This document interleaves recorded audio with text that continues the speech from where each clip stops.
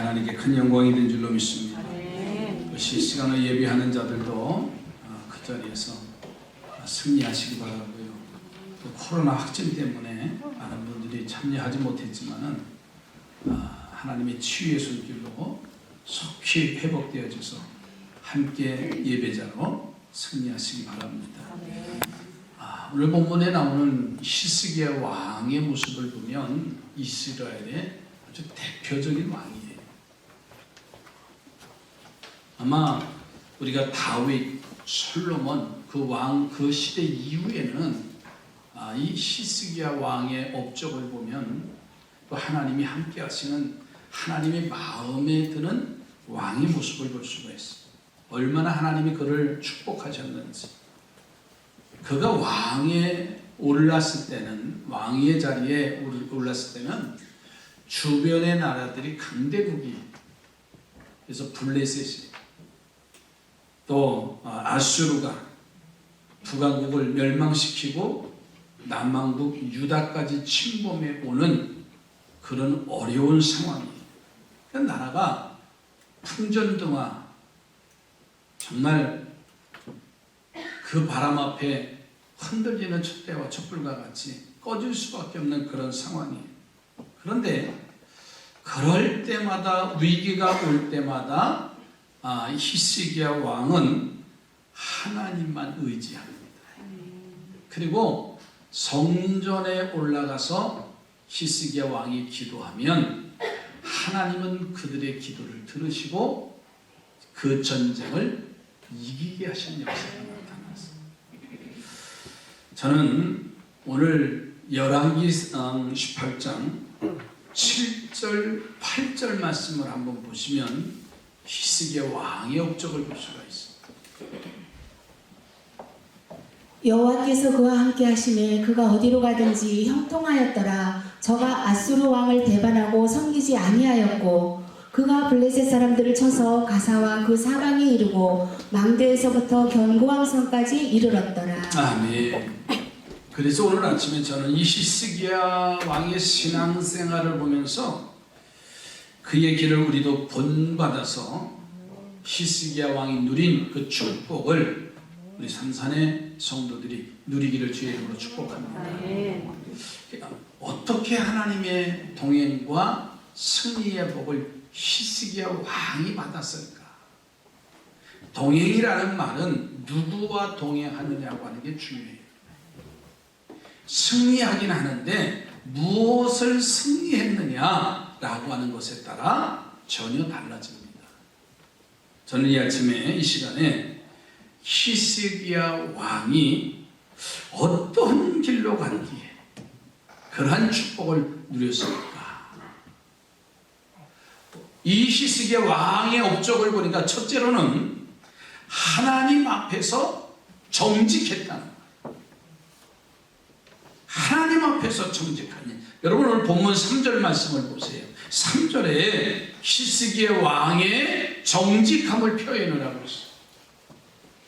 히스기야가 그의 조상 다윗의 모든 행위와 같이 여호와께서 보시기에 정직하게 행하여. 아멘. 열흘 전에 우리 대통령 선거를 했습니다. 이제 결과는 다 나왔으니까 과연 누구를 뽑을까? 어떤 사람은 찍을 놈 하나도 없어. 왜? 이 정직이라고 합니다. 그렇잖아요. 정직이라고 하는 단어 앞에 과연 사람들이 흠이 없을까? 이 사람이나 저 사람이나 그 사람이나 흠이 얼마나 많아요. 그런데 오늘 3절 말씀 속에 보면 히스기야 왕은 여호와께 정직했다라고 표현했어요. 우리나라 옛 이야기 중에요, 나무꾼의 이야기가 있어요. 나무꾼이 도끼를 가지고 물가에 가서 나무를 하다가 그만 도끼날이 빠졌어. 큰일 났지요. 그랬더니 산신령이 짜잔 나타나가지고 금도끼, 은도끼를 가지고 나와서 이 나무꾼에게 자네가 잃어버린 도끼가 금도끼뇨? 아니면 은도끼를 잃어버렸느냐? 무엇이라 대답을 할 수 있을까요? 이왕이면 금도끼잖아요. 그렇잖아요. 왜 이렇게 아닌 척 하세요? 저한테 물어봐요. 나는 금도끼야. 이게 사람의 마음이에요. 그랬더니 이 나무꾼이 아닙니다. 저는 새로 된 도끼를 지금 잃어버려서 큰일입니다. 그랬더니 그래? 하고 그 신령이 새로 된 도끼를 찾아주고요. 금도끼와 은도끼도 줬대요. 우리 결과를 너무 알기 때문에 우리는 너무 싱거운 말이지만요. 애들 앞에서 얘기해봐요. 또 표현을 좀 어설프게 해서 그렇지요. 아주 리얼하게 한번 해보세요. 그냥 눈을 동그랗게 뜨고서는 야, 여기서 이 내용은 뭐냐면 정직이라고 하는 표현이잖아요. 히스기야 왕이 하나님 앞에 정직하니까는 그의 삶을 축복해 주신 거예요. 여러분, 사람에게도 정직하면 좋은 결과가 이루어지는데 하물며 정말 믿음의 사람들이 하나님 앞에 정직하다고 하는 사실을 한번 생각해 보세요. 하나님은요, 우리의 모습을 외모로만 보시는 게 아니에요. 우리의 마음을 중심을 보시는 하나님. 겉은 화려했는지 모르지만 내 중심에 정말 하나님을 사랑하고 그 정직함이 내 마음 속에 이루어지고 있느냐고 하는 거예요. 그러니까 히스기야 왕이요, 하나님 앞에서 정직했다고 하는 말은요, 그 입에서 나오는 말이나 히스기야 왕의 삶의 태도가 그가 가진 마음의 모든 것과 같았다는 의미. 그러므로 히스기야 왕이 하나님 앞에 정직함은 얼마나 귀한 일인지 몰라요.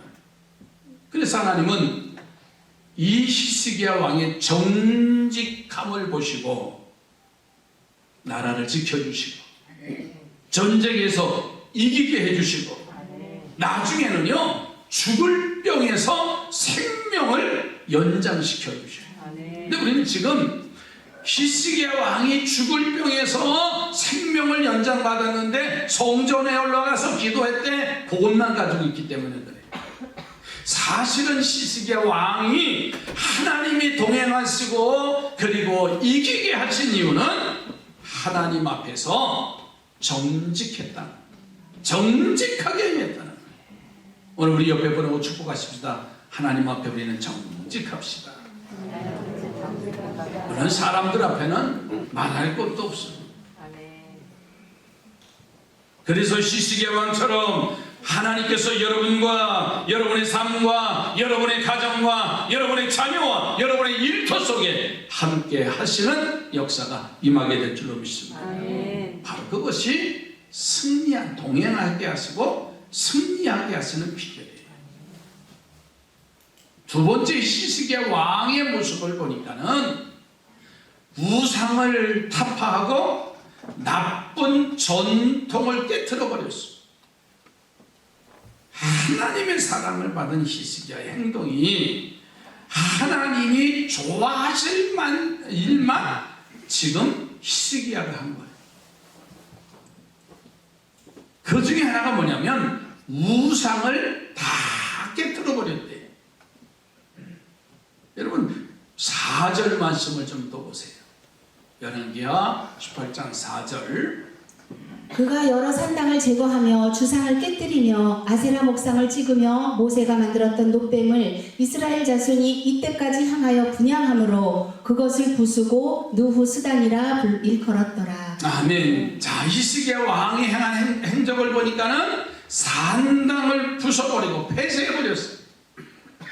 그리고 우상이 되는 주상을 깨트려버리고 아세라 목상까지 부숴버렸다.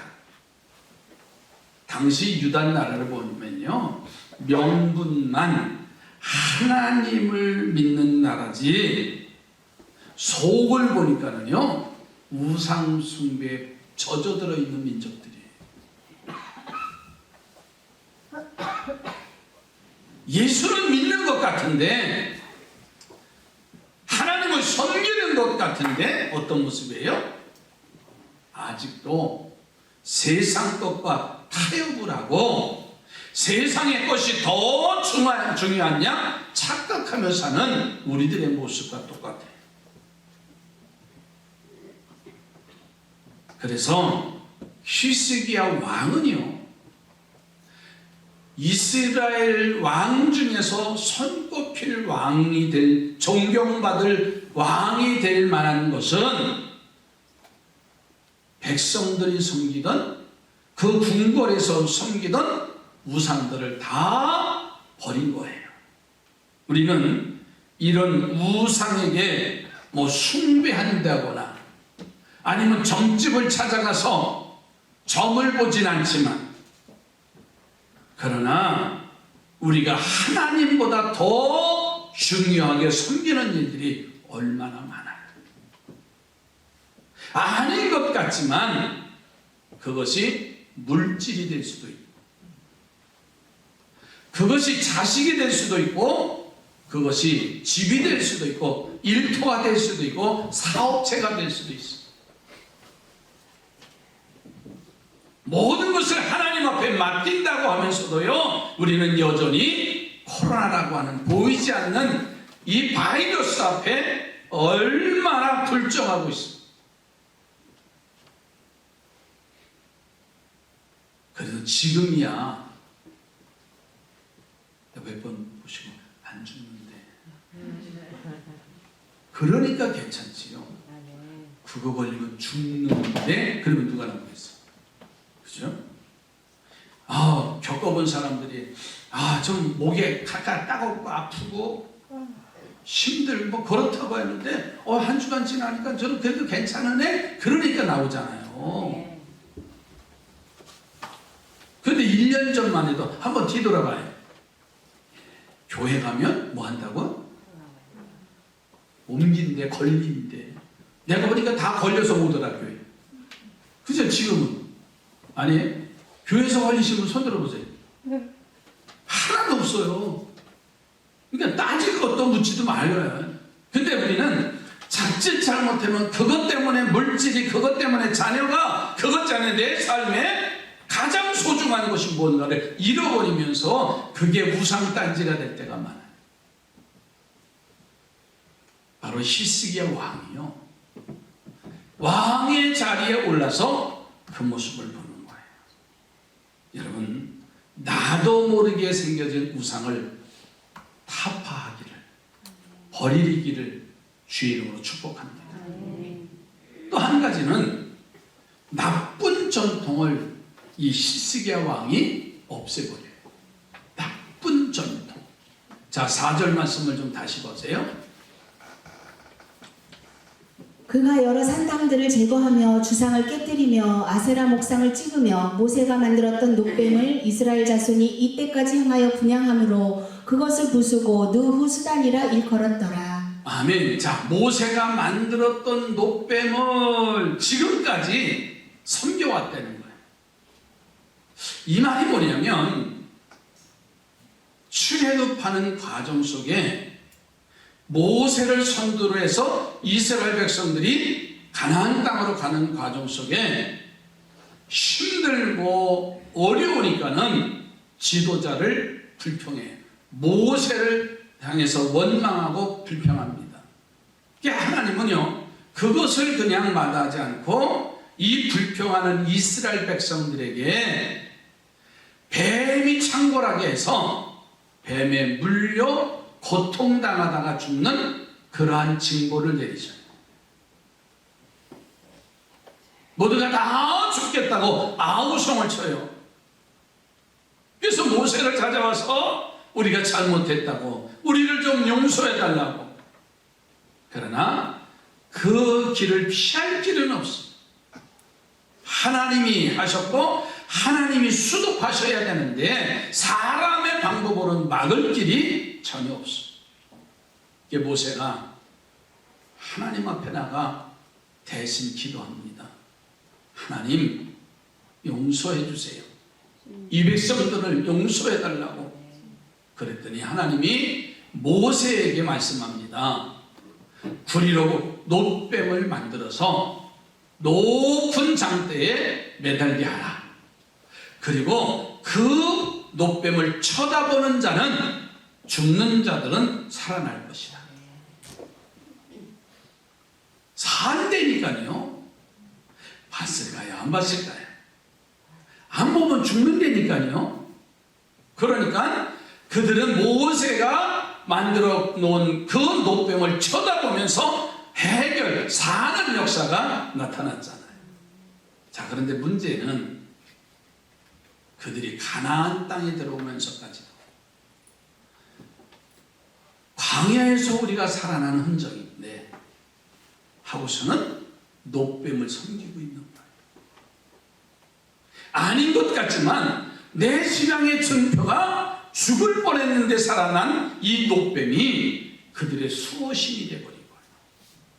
근데 가나안 땅에 들어와서 버려야 할 것인데 유다 백성, 이스라엘 백성들은 바로 기념한다고 하면서 그것을 집안에 뒀는데 그게 전통이 되어버렸어요. 히스기야 왕은요, 그 잘못된 전통을 제거해버립니다. 여러분, 우리가 신앙생활하면서도요, 하나님을 바로 섬긴다고 하면서 못된 전통이 있을 때는요, 과감하게 우리는 제거하시기를 바랍니다. 하나님이 원하지 않는 일, 교회가 우리 교회도 이제 조금 있으면 40년에 이제 교회 전통이라는 게 있어요. 그런데 잘못된 전통은요, 과감하게 잘라버려야 돼요. 그리고 하나님이 기뻐하시는 영적인 삶은요, 우리가 그것을 세워가야 돼요.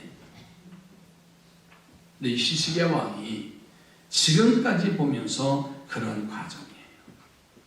여러분, 사람이 오래 살면서 역사와 전통을 이루다 보니까는 좋은 전통만 가지면 좋은데 그 나쁜 전통.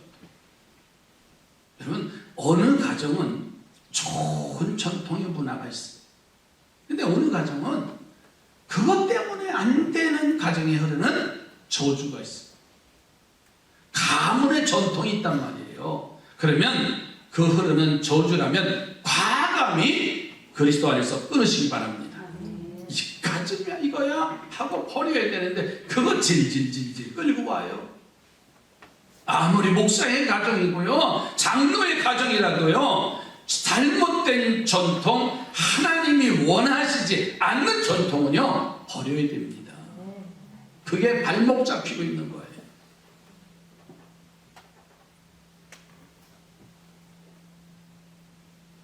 여러분, 정말 나쁜 전통, 나도 모르게 습관이 있어요. 제가 얼마나 짓궂은지 아세요? 초등학교 때 학교 갔다 오다가, 그때 뭐 이런 가방도 아니고 책보지기에다 이렇게 해가지고 오면서 그 언덕 넘어나 언덕에 호박을 심어놨더라. 그러면 지나오면 그냥 오면 되는데, 그런 얘기 있지, 호박에 말뚝 박는다. 아니 왜 남의 밭에 가서 그냥 오면 되는데. 저도 목사만 안 됐으면 참 짓궂은 그 이 습관이 있어요.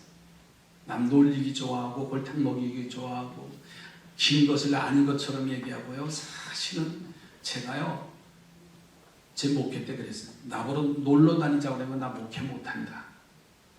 놀기 좋아하는 사람 중에 한 사람이에요. 아닌 것 같지만요, 저 바람 좀 넣어줘 보세요. 내일서부터 나가지.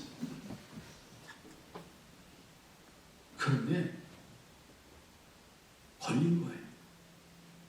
너 부잣집 할머니 학교 갔다 왔더니 지팡이 잡고 허리 꼬부러진 할아버지가 할머니가 오셔서 시댁이 어딨냐 아니라고 할 수가 없잖아요. 보고 계셨는데 그때 끔찍하게 혼난 생각이 나요. 그것뿐인가요? 오다가 가을 되면 누가 이만큼 자라잖아요. 그러면 앞에 오다가 제가 또 공을 잡고 축구를 했거든요. 오다가 다 친구들이 그거 잡고 와서 또 같이 먹고 그때 당시 당근은 말도 말고 제고급이에요. 아주 그런 게 지금도 가끔씩 나오려고 해요. 여러분 그때 혼나고 나서는 이게 잘못된 거구나. 그 할머니를 잊지가 않아요. 여러분 나쁜 습관이나 나쁜 전통은요 버리는 게 복이에요. 옆에 부르고 버릴 거 버립시다. 어떤 사람은 그래요. 죽어도 못 버린대. 무덤까지 가져간대. 그 버릇 아니에요. 과감하게 원하지 않는 것은 나쁜 전통이 세울 게 하나도 없어요. 마지막 세 번째는요. 히스기야 왕을 보니까 하나님의 계명을 지키는 왕이더라. 자, 오늘 본문 5절 6절 말씀을 봅시다. 히스기야가 이스라엘 하나님 여호와를 의지하였는데 그의 전후 유다 여러 왕 중에 그러한 자가 없었으니 곧 그가 여호와께 연합하여 그에게서 떠나지 아니하고 여호와께서 모세에게 명령하신 계명을 지켰더라. 아멘. 자, 하나님이 오늘 우리들에게 바라시는 거룩한 뜻이 있어요.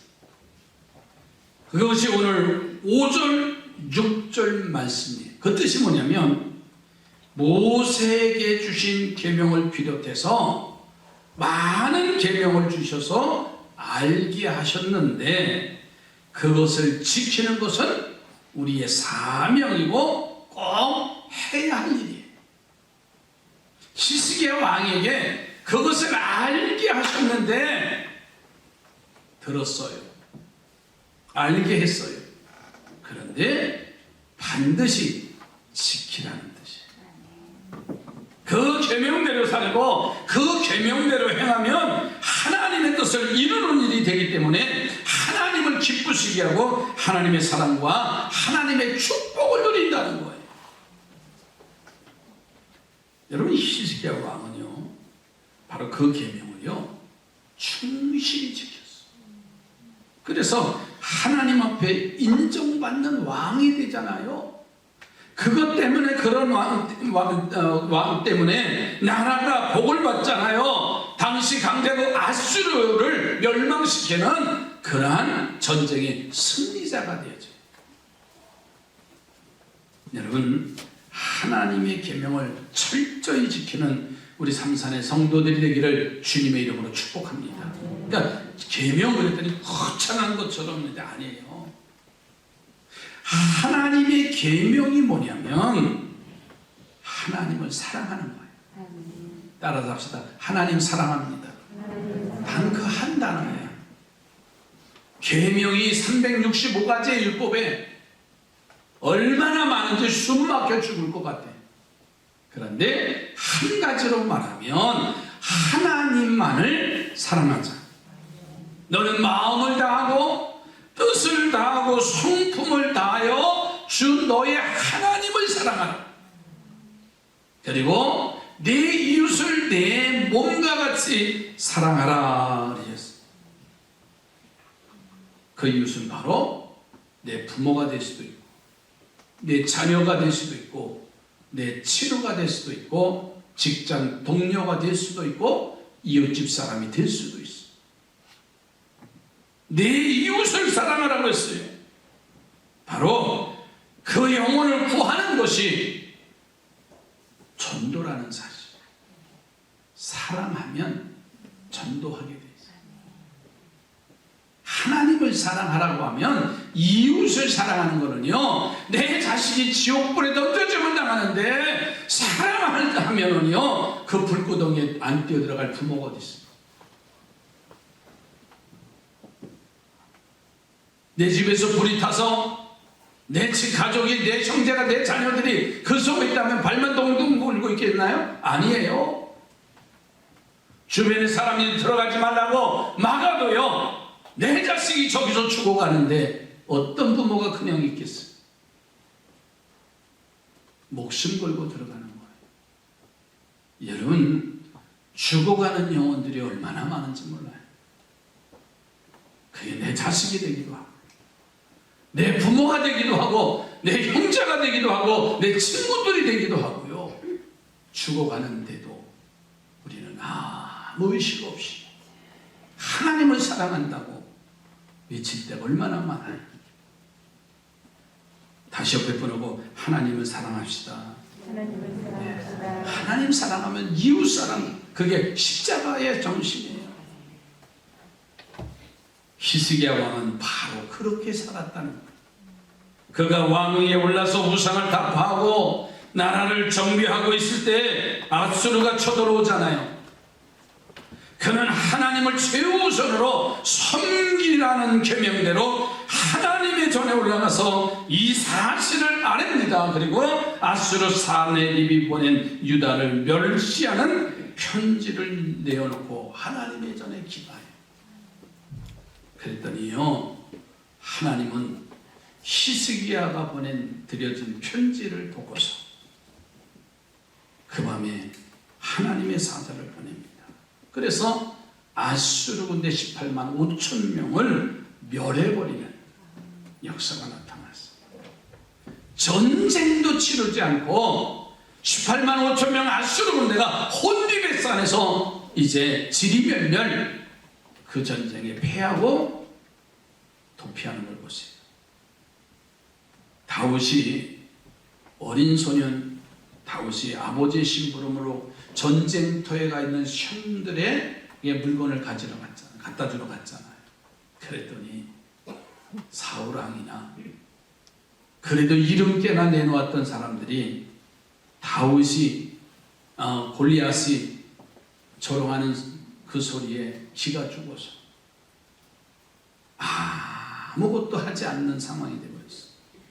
근데 어린 다윗이 그 전쟁터에 가서 보니까 골리앗이 하나님을 망령되게 하는, 하나님을 우습게 하는 그런 소리를 들어요. 그래서 사울왕을 찾아가서 그가 전쟁에 나가서 골리앗과 싸우겠다고 허락을 받잖아요. 그가 입었던 옷을 아니라고 다윗은요, 물맷돌만 들고 그가 골리앗 앞에 섭니다. 기가 막힌 일이지요. 싸우나 마나예요. 어린아이가 돌을 던진다고요? 갑옷을 입고 투구를 쓰고서는 그 있는 골리앗을 쓰러뜨릴 힘은 없는 거예요. 그런데요, 다윗은 이렇게 말합니다. 너는 칼과 창으로 내게 나왔지만 나는 만군의 여호와의 이름으로 나가노라. 그리고 돌을 던졌는데요, 어때는 그 이마에 투구로도 갑을 가릴 수 없는 그 이마에 맞춰요. 있을 수 없는 거예요. 불가능한 거예요. 그러나 여호와의 이름을 가지고 나갔잖아요. 여러분, 싸움이 대상이 되지 않는 거는요, 다윗과 골리앗의 싸움과 같다고 말하잖아요. 저는 지금 러시아와 우크라이나의 싸움은 마치 그런 것 같아요. 러시아가 세계 군대 군사력 4위 되잖아요. 그런데 우크라이나에 지금 한 달째 지리멸멸하는 걸 보세요. 전 세계 국민들이 응원하고 기도하고 있어요. 하지 말아야 할 싸움을 하고 있는 그 모습의 결과는요, 나는 우크라이나가 이긴다고 봐요. 저는 그렇게 확신하고 기도하고 있어요. 참 얼마나 안타까워요. 1,000만 명이 우크라이나를 떠나서 그 주변의 국가로 얼마나 그 긴 여정 힘들겠어요. 그들의 울부짖은 믿음의 사랑 기도가 반드시 응답되게 될 줄로 믿습니다. 여러분, 하나님의 동행, 진정한 승리는 누구에게 주느냐? 히스기야 왕처럼 정직하면 됩니다. 그리고 내 안에 있는 세상을 의지했던 우상과 같은 것을 과감하게 던져버리면 됩니다. 그리고 하나님의 계명, 하나님을 사랑하는, 이웃을 사랑하는 그 믿음의 자세를 가지면 주님은 나와 함께 동행하시고 무슨 일을 만나든지 형통케 하시는 역사가 임하게 될 줄로 믿습니다. 기도합니다. 히스기야처럼, 다윗처럼 하나님의 계명대로 살게 하옵소서. 이길 수 없는 아수르를 이기게 하시고 불가능한 골리앗을 깨뜨린 다윗과 같은 승리와 기적이 오늘 우리 삼산의 가족들에게 임하게 하옵소서. 축복합니다. 예수님의 이름으로 기도드립니다.